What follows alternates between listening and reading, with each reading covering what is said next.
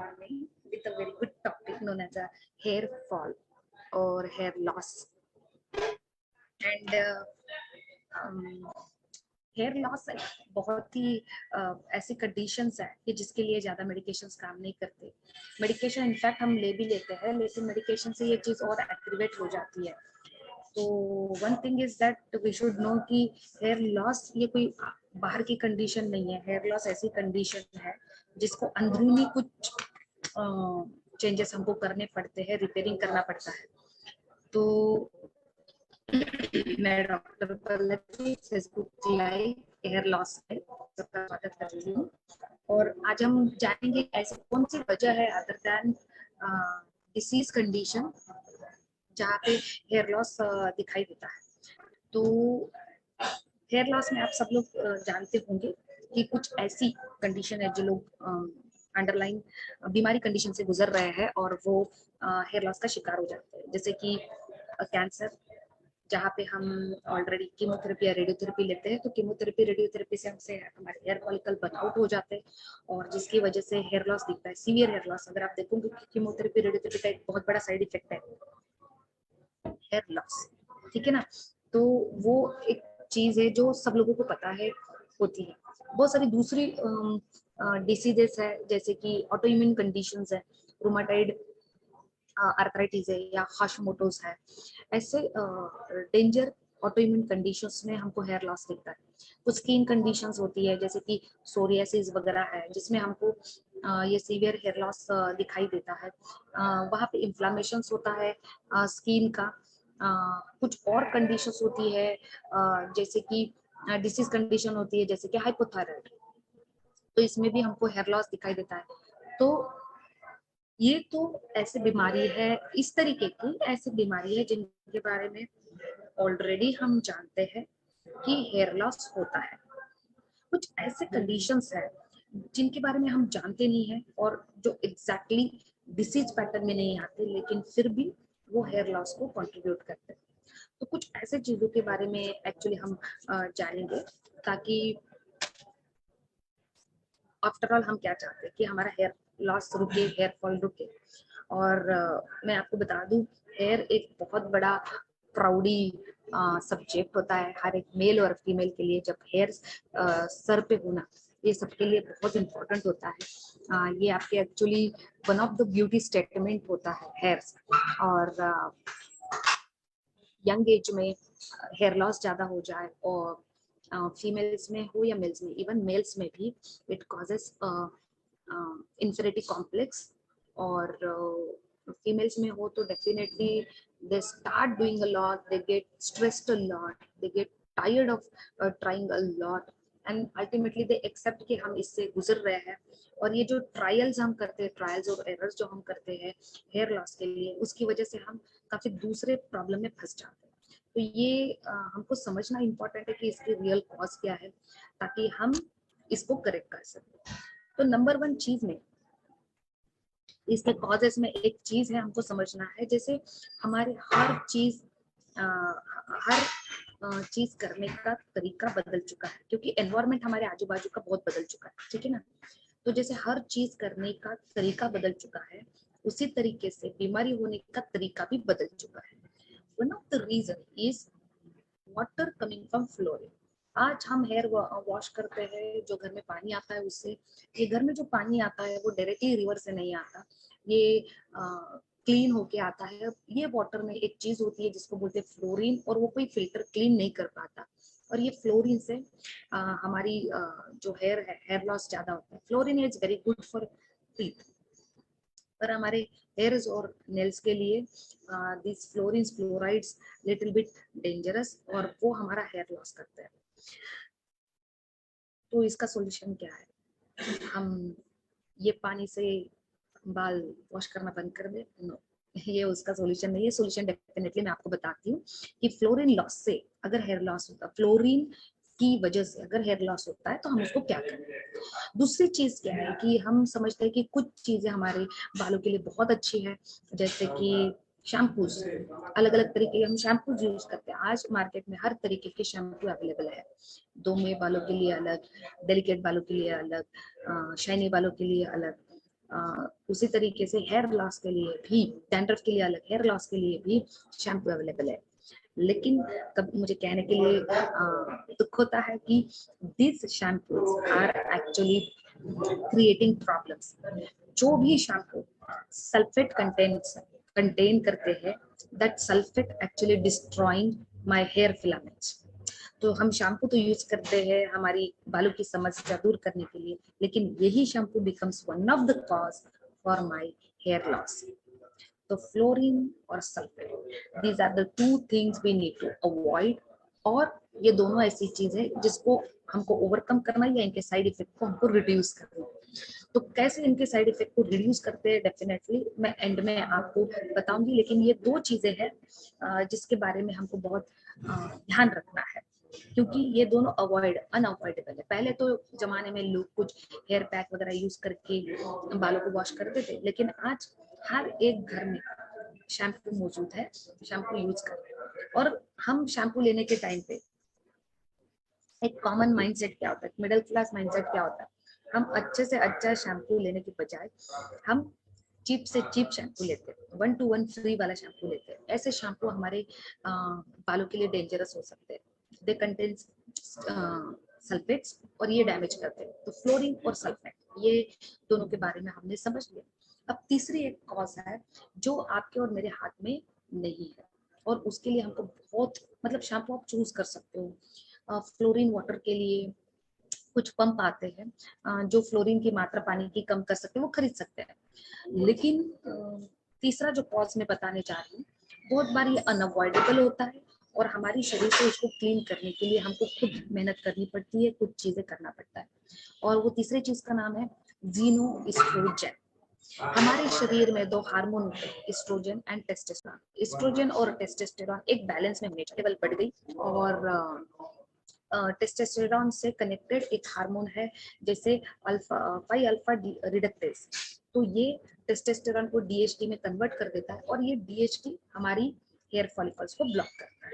ठीक है, high estrogen causes high DHT.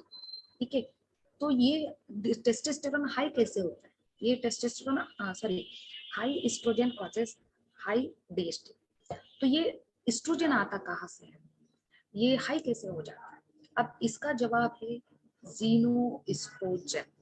जीनोएस्ट्रोजन मतलब क्या, आर्टिफिशियल एस्ट्रोजन। ये हमारे शरीर में जो आर्टिफिशियल एस्ट्रोजन जा रहे हैं एनवायरमेंटल टॉक्सिन्स के जरिए, ये हमारे शरीर में धीरे धीरे धीरे धीरे एस्ट्रोजन का इफेक्ट बढ़ा देते हैं। दे मिमिक लाइक एस्ट्रोजन, और वो एस्ट्रोजन का लेवल बढ़ा देते हैं, जिसकी वजह से हमको आगे प्रॉब्लम आती है, जिसमें 5 बढ़ जाता है, हेयर फॉलिकल्स बर्न आउट हो जाते हैं, और जिसकी वजह से हेयर लॉस दिखाई देता है। कहाँ से आते हैं जीनो एस्ट्रोजन, आर्टिफिशियल एस्ट्रोजन कहाँ से आते हैं? One of the reason is use of plastic. तो इसीलिए पूरे वर्ल्ड में हर एक कंट्री प्लास्टिक के यूज पे मतलब रोक लगा रहे हैं, लिमिट कर रहे हैं, और लोगों को प्लास्टिक का जो मतलब प्लास्टिक को किसी भी तरीके से यूटिलाइज करने के लिए, रिसाइकल करने के लिए मदद कर रहे हैं काफी सारे ऐसे प्रोजेक्ट को। इसका बहुत बड़ा रीजन है क्योंकि ये हमारे बॉडी में बहुत बड़ा घातक परिणाम कर रहा है। प्लास्टिक आज हर घर में आप देखोगे प्लास्टिक यूज हो रहा है, कंटेनर्स है, वाटर कंटेनर्स है, टिफिन बॉक्सेस है, और हमारे धान के कंटेनर्स है, सारे मेटल से रिप्लेस कर लिए हैं विद प्लास्टिक। और ये प्लास्टिक जब एक टेम्परेचर के कांटेक्ट में आता है या सनराइज के कांटेक्ट में आता है, it releases something known as a xenoestrogen. तो ये फूड हम खाते हैं और जीनोएस्ट्रोजन हमारे बॉडी में एंटर हो जाते हैं।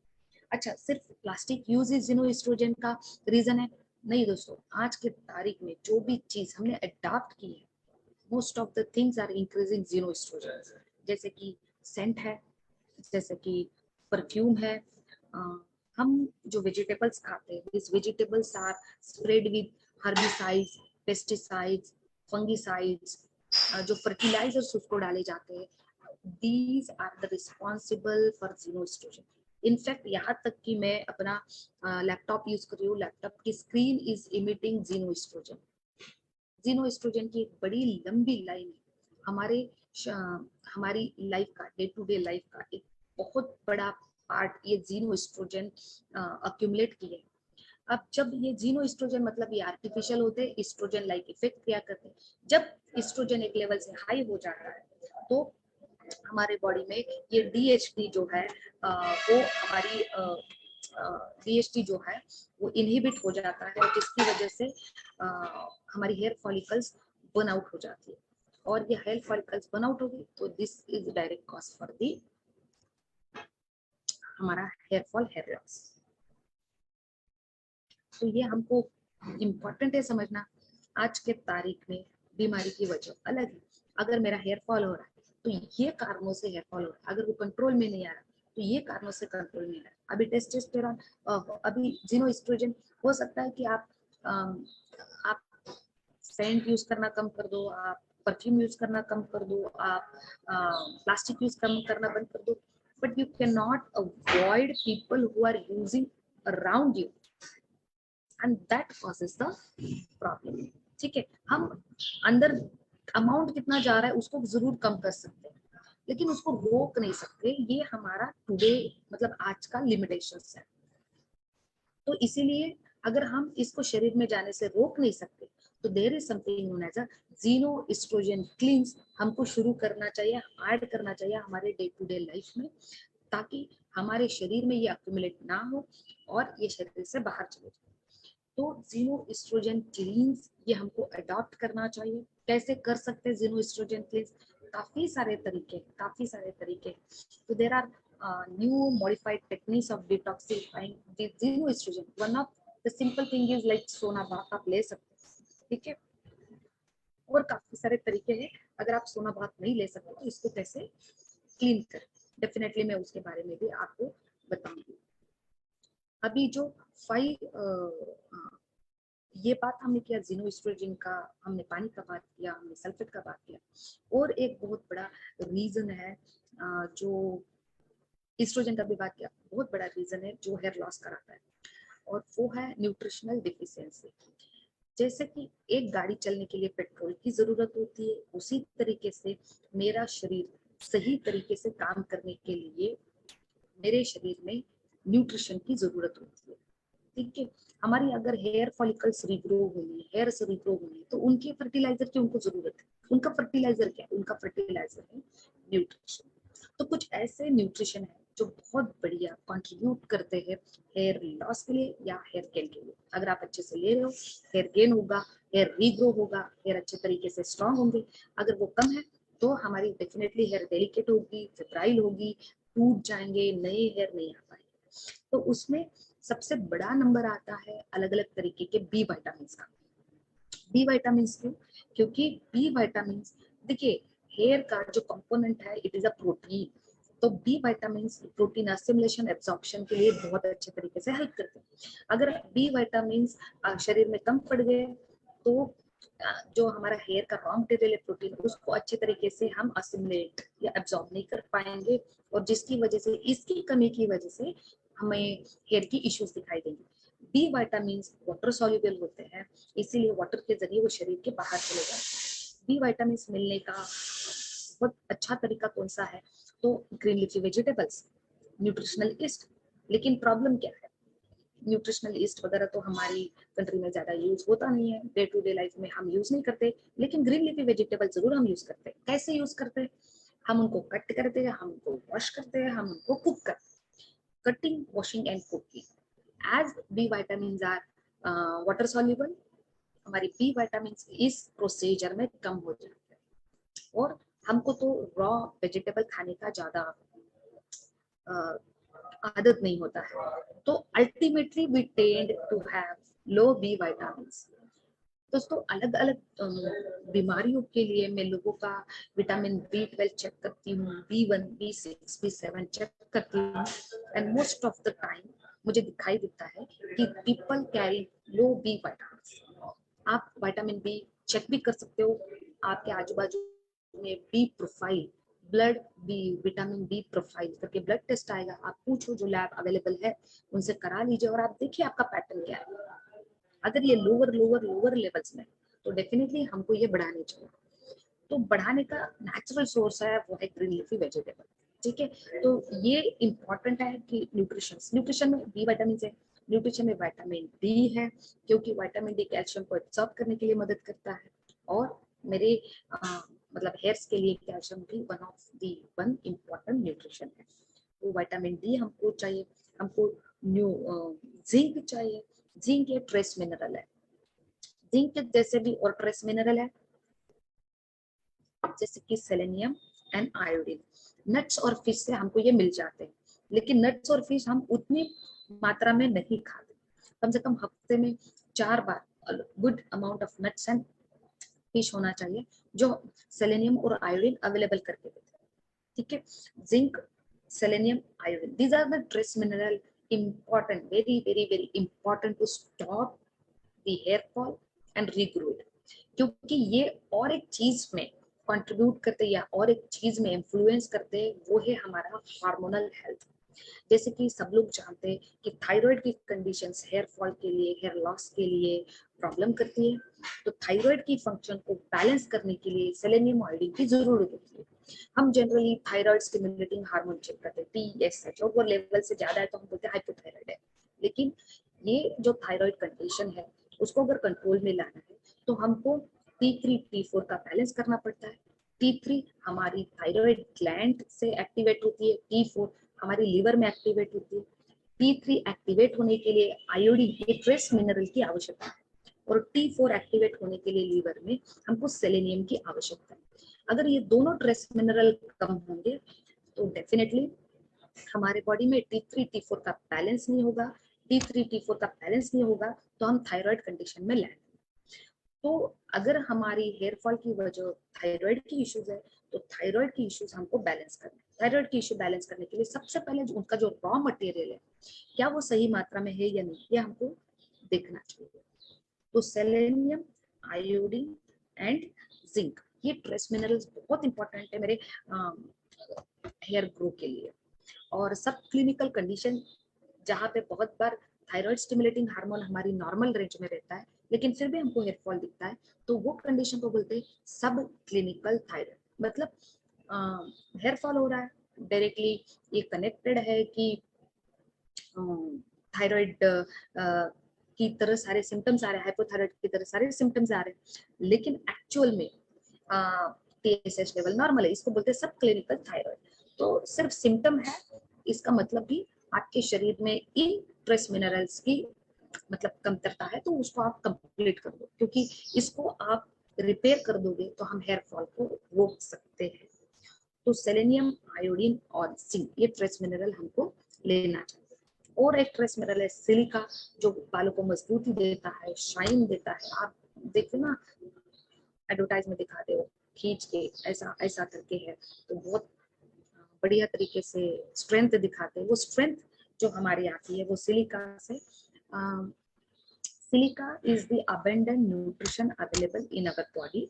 सिर्फ उसको बहुत अच्छे तरीके से एब्जॉर्ब और यूटिलाइजेशन होना जरूरी होता है, और जिसके लिए हम क्या डाइट करते हैं वो बहुत इंपॉर्टेंट है। और एक विटामिन है जिसको मतलब ये विटामिन तो एज न्यूट्रिशन की तरह ही यूज होता है, मेडिसिन की तरह यूज किया जाता है ट्राइकोलॉजिस्ट के जरिए, जो है विटामिन B7, और उसका नाम है बायोटिन। हमारी जो थिनिंग है और ब्रिटलनेस जो है हेयर की, बायोटिन से, B7 विटामिन से बहुत बढ़िया तरीके से कंट्रोल होती है। कोलेजन है और विटामिन सी है। तो क्रोनिक विटामिन सी डिफिशियंसी जब जो कि काफी सारे लोगों के शरीर में होती है, क्रोनिक डिफिशियंसी, क्रोनिक मतलब बहुत दिनों से, खासकर हम विटामिन सी खुद होके खाने के लिए जाते नहीं है। थोड़ा बहुत जो एक नॉर्मल इंडियन का खाना क्या होता है, सुबह उठो नाश्ता करो, नाश्ते में क्या होता है, अगर नॉर्थ इंडियन है तो चपाती परोठा होता है, अगर साउथ इंडियन है तो इडली डोसा होता है। दोपहर में हमारा खाना क्या होता है, दोपहर में हमारा खाना होता है राइस या चपाती, अगर साउथ इंडियन है तो, और अगर आप नॉर्थ इंडियन हो तो चपाती रहेगा, भाकरी रहेगा। रात में खाना क्या होता है, रात में होता है राइस, और नॉर्थ इंडियन है तो अगेन चपाती परोठा राइस। तो एक चीज है जिसका नाम है ग्लूटेन, जो हाइब्रिड खानों खाने से बहुत हमारे शरीर में एंटर होता है, which is affecting the insulin levels in my body.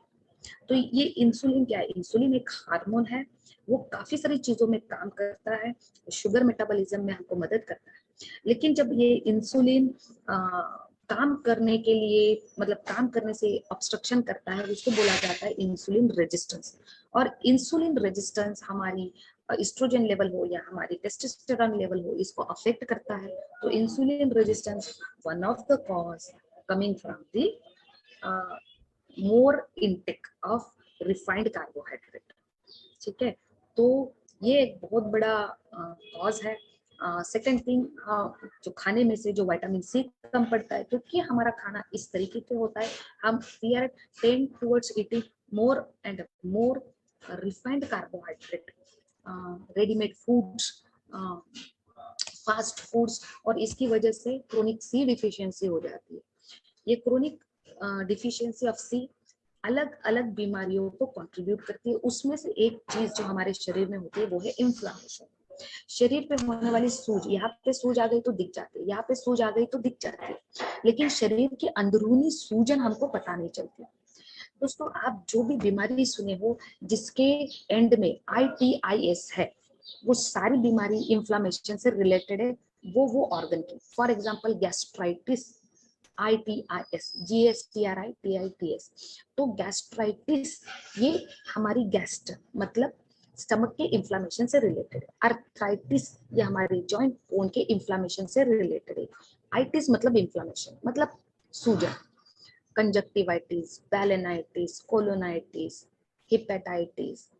तो अगर इंफ्लामेशन हमारे बॉडी में कहाँ पे मौजूद है और हम वही खाना खा रहे हैं जिसकी वजह से इंफ्लामेशन बढ़ रहा है, तो डेफिनेटली इंफ्लामेटरी कंडीशन बढ़ती रहेगी, हमको प्रॉब्लम होता रहेगा और हम प्रॉब्लम से कभी बाहर नहीं आएंगे।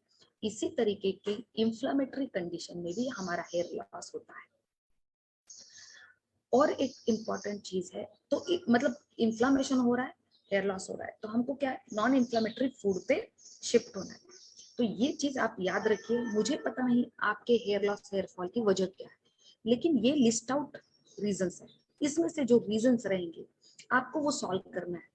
मैं आपको एट द एंड ऐसा नुस्खा बताऊंगी कि आपका रीजन कोई भी हो, ये आप करना स्टार्ट करोगे, आपकी सारी रीजंस एड्रेस होना स्टार्ट हो जाएगी। ठीक है। और एक बहुत इंपॉर्टेंट वजह है कि हमारे ये जो हमने विटामिन सी का बात की, ये विटामिन सी खाने से तैयार करने के लिए मदद कौन करते हैं? Good bacteria. गुड बैक्टीरिया कहाँ पे होते हैं? गट में। तो गट बैक्टीरियल फ्लोरा ये बहुत इंपॉर्टेंट है। मतलब कंसिस्टेंट रहना, सेफ रहना, हेल्दी रहना। पर गट बैक्टीरिया हमारा आज के तारीख में डिस्ट्रॉय हो रहा है। डिस्ट्रॉय क्यों हो रहा है? क्योंकि अलग अलग तरीके के प्रिजर्वेटिव खाने के जरिए हमारे शरीर के अंदर जा रहे हैं। ठीक है। कुछ मेडिसिन हम दूसरे कंडीशंस के लिए बार बार लेते हैं, कुछ मेडिसिन जो दूसरे कंडीशंस के लिए हमको बार बार लेते हैं, जिसकी वजह से भी हमारा गट फ्लोरा डैमेज हो जाता है। जैसे कि स्टेरॉइड्स हम लेते हैं, जैसे कि एंटीबायोटिक्स हम लेते हैं, या फिर कुछ ऐसी कंडीशन है जिसका इम्पैक्ट भी हेयर फॉल होता है, जैसे कि डायबिटीज है, ब्लड प्रेशर की मेडिकेशन हम लेते हैं, कोलेस्ट्रॉल लोअरिंग ड्रग्स हम लेते हैं, हार्मोनल रिप्लेसमेंट थेरेपी के लिए हम ड्रग लेते हैं, पिंपल्स के लिए हम कुछ मेडिसिन लेते हैं। These all are contributing hair loss and hair fall. ठीक है। उसमें से एंटीबायोटिक अगर है, 4th जनरेशन एंटीबायोटिक्स है, ये हमारी गट फ्लोरा को डैमेज करते हैं, मतलब हमारी बैक्टीरियल फ्लोरा को डैमेज करते हैं। ये बैक्टीरिया हमको खाने में से न्यूट्रिएंट एब्जॉर्ब करने के लिए मदद करते हैं।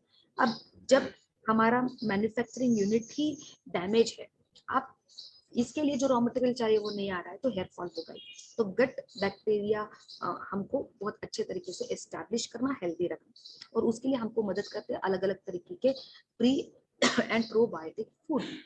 So we are Indians very rich in pre and probiotic food. कहाँ से आते हैं? ये आते हैं हमारे घी से, दही से, छाछ से। ठीक है। काफी सारे साउथ इंडिया में गंजी, जो रागी गंजी वगैरह प्रिपरेशंस बनता है, या नॉर्थ इंडिया में जो ये क्या बोलते हैं करडई, जो फर्मेंटेड गेहूं से, गेहूं के स्टार्च से जो चीजें बनते हैं फर्मेंट करके उसको, दीज आर वेरी पावरफुल में मौजूद है asava and arishta, these all preparations are fermented preparation, fermented for a long period of time.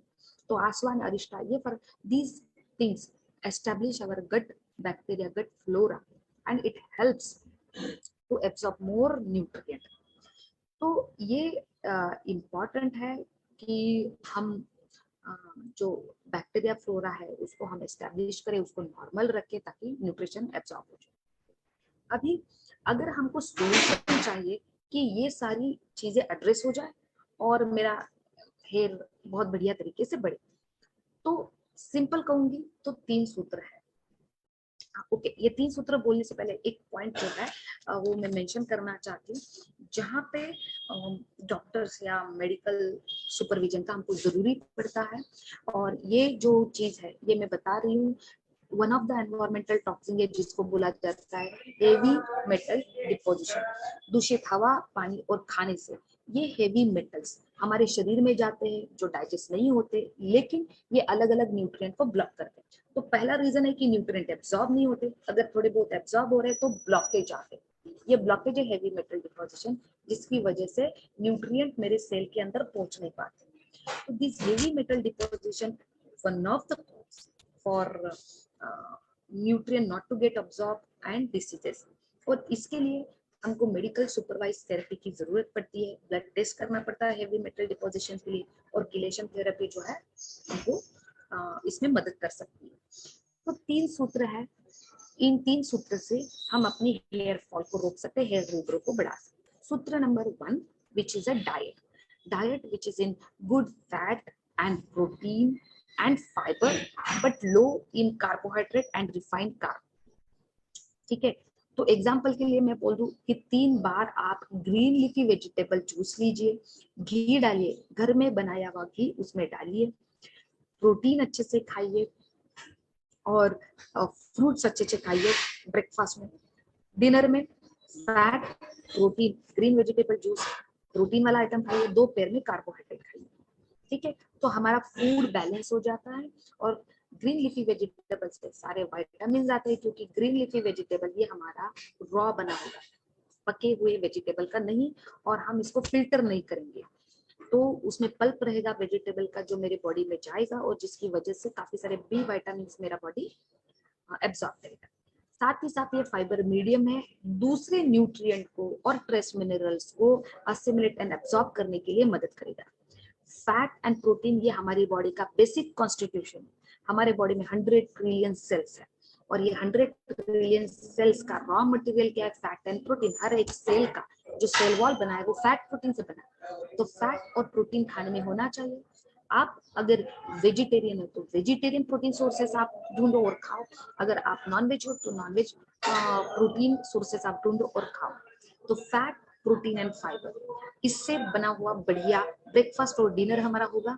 Lunch जो हमारा green leafy vegetable, fibre and carbohydrate से बना हुआ रहेगा। रिफाइंड कार्बोहाइड्रेट जितना आप कम कर सको उतना कम कीजिए। अगर आप एक्टिव हेयर लॉस पे है, बहुत ज्यादा हेयर लॉस हो रहा है, तो कुछ न्यूट्रिएंट ऐड कीजिए, जिसमें selenium, iodine, vitamin C. Iodine आप ले सकते हो आफ्टर ब्रेकफास्ट, सेलेनियम आप ले सकते हो आफ्टर डिनर, विटामिन सी आप ले सकते हो सुबह, दोपहर, शाम, जिंक ले सकते हो आफ्टर डिनर, विटामिन डी आप ले सकते हो आफ्टर ब्रेकफास्ट। अगर विटामिन डी, सी, सेलेनियम, आयोडीन, जिंक आप अच्छे से ले रहे हो, एडिशंस कर रहे हो, तो आपका हेयर स्ट्रक्चर बहुत अच्छा मजबूत होने के लिए तैयार होगा। पर diet and nutrition this will give you very good effect. Now तीसरा चीज है डिटॉक्स, हमको बॉडी को क्लीन करना चाहिए। एक डाइट हो गया, न्यूट्रिशन पे हमने बात की, अभी डिटॉक्स, क्योंकि अगर डस्टबिन भरा हुआ है तो और कुछ चीजें उसमें जैसे हम नहीं डाल सकते, उसी तरीके से मेरे बॉडी में एनवायरमेंटल टॉक्सिन्स भरे हुए, तो आप कितना भी अच्छा न्यूट्रिशन खाओ, वो मेरे सेल के अंदर, हेयर सेल के अंदर, हेयर फॉलिकल्स के अंदर पहुंच नहीं पाएंगे, और हमें जो चाहिए वो रिजल्ट नहीं आएगा। तो उसके लिए इम्पॉर्टेंट है कि हम बहुत अच्छे मात्रा में बॉडी को डिटॉक्स करें। तो डिटॉक्स करने के लिए जैसे मैंने आपको बताया, जीनो एस्ट्रोजन क्लींस, ये आपको एक तरीका अपनाना चाहिए, उसको क्लीन करना चाहिए। कुछ मेडिकल सुपरवाइज थेरेपीज है, जैसे कि आईवी इंट्रावेनस इन एसिटिलसिस्टिन बहुत अच्छे तरीके से जीनोएस्ट्रोजन को क्लीन करता है। सोना बाथ बहुत अच्छे तरीके से जीनोएस्ट्रोजन को क्लीन करता है। बहुत ज्यादा स्वेटिंग आ रही है, अगर ऐसी एक्सरसाइज आप कर रहे हो तो वो जीनोएस्ट्रोजन को क्लींस करती है। तो ये हमको करना स्टार्ट करना चाहिए। तो ब्लड डिटॉक्स हमको अडॉप्ट करना चाहिए। दूसरा चीज है लीवर डिटॉक्स। लीवर में जहाँ पे T4 एक्टिवेट होता है in the presence of selenium, तो सेलेनियम की कमी की वजह से हेयर फॉल हो सकता है, हमने ये देख लिया। उसकी वजह से T4 भी हमारा डिस्टर्ब हो सकता है, ये भी हमने देख लिया। इसीलिए लीवर को क्लीन करना बहुत जरूरी है, क्योंकि लीवर हमारे बॉडी का फिल्टर ऑर्गन है और बहुत ज्यादा स्लज उसमें फंसा हुआ रहता है, क्योंकि आज के तारीख में बहुत ज्यादा प्रिजर्वेटिव और पोल्यूटेंट हमारे बॉडी में एंटर करते हैं, वो लीवर में भी एंटर करते हैं। तो liver is a master organ जिसको क्लीन रखना बहुत इंपॉर्टेंट है। देखिए बात चल रही है हमारी हेयर की और मैं बता रही हूँ आपको लीवर क्लीन करना चाहिए, कोलॉन क्लीन करना चाहिए, ठीक है, क्योंकि कोलॉन में बहुत अच्छा बैक्टीरियल फ्लोरा फ्लरिश होना चाहिए। हमारा जो भी खाना है इतना अडल्टरेटेड है, तो एटलीस्ट 6 महीने में एक बार, 4 महीने में एक बार कोलॉन क्लीन करेंगे। और बहुत अच्छा प्रीबायोटिक वाला खाना अगर आप खाएंगे तो आप देखोगे कि आपकी स्किन बहुत अच्छी हो रही है, आपके हेयर नेल्स बहुत बढ़िया तरीके से स्ट्रॉन्ग हो रहे हैं। हेवी मेटल डिपोजिशन के लिए जैसे मैंने बताया मेडिकल सुपरविजन थेरेपी की जरूरत होती है, जिनको बोला जाता है किलेशन थेरेपी, और डेफिनेटली वो डॉक्टर सुपरविजन में करना है अगर वो रीजन है तो, ठीक है। तो डाइट, डिटॉक्स और न्यूट्रिशन, ये 3 चीजें अगर हम बहुत बढ़िया मात्रा में करते हैं तो बहुत अच्छे तरीके से हमारी हेयर फॉल रुक जाती है, ठीक है।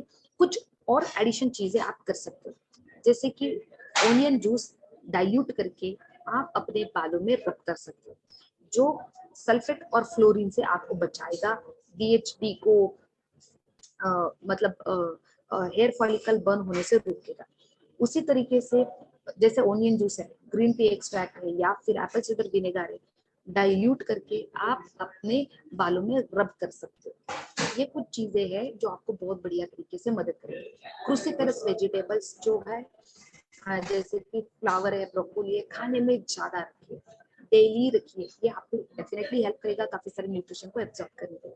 लेकिन डाइट डिटॉक्स और न्यूट्रिशन अगर आप करते हो तो कोई भी हेयर की समस्या नहीं रहेगी। अगर हेयर की समस्या है तो चली भी जाएगी।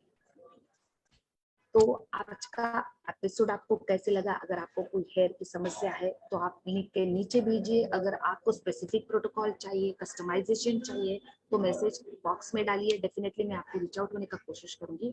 आज के हमारे हेयर फॉल के प्रोग्राम में इतना ही। नेक्स्ट टाइम हम मिलेंगे विद गॉल ब्लैडर स्टोन। तो गॉल ब्लैडर स्टोन क्यों होते हैं, कोली की पेन लोगों को क्यों होता है, गॉल ब्लैडर स्टोन क्या सच में उसका ऑपरेशन यही इलाज है, क्या कुछ हम कर सकते हैं कि जिसकी वजह से गॉल ब्लैडर स्टोन ऑटोमेटिकली शरीर के बाहर जाए? तो इसके लिए इसके रिलेटेड बात हम करेंगे नेक्स्ट संडे के फेसबुक लाइव में, गॉल ब्लैडर स्टोन। तो तब तक के लिए bye bye, see you and next time मिलते हैं।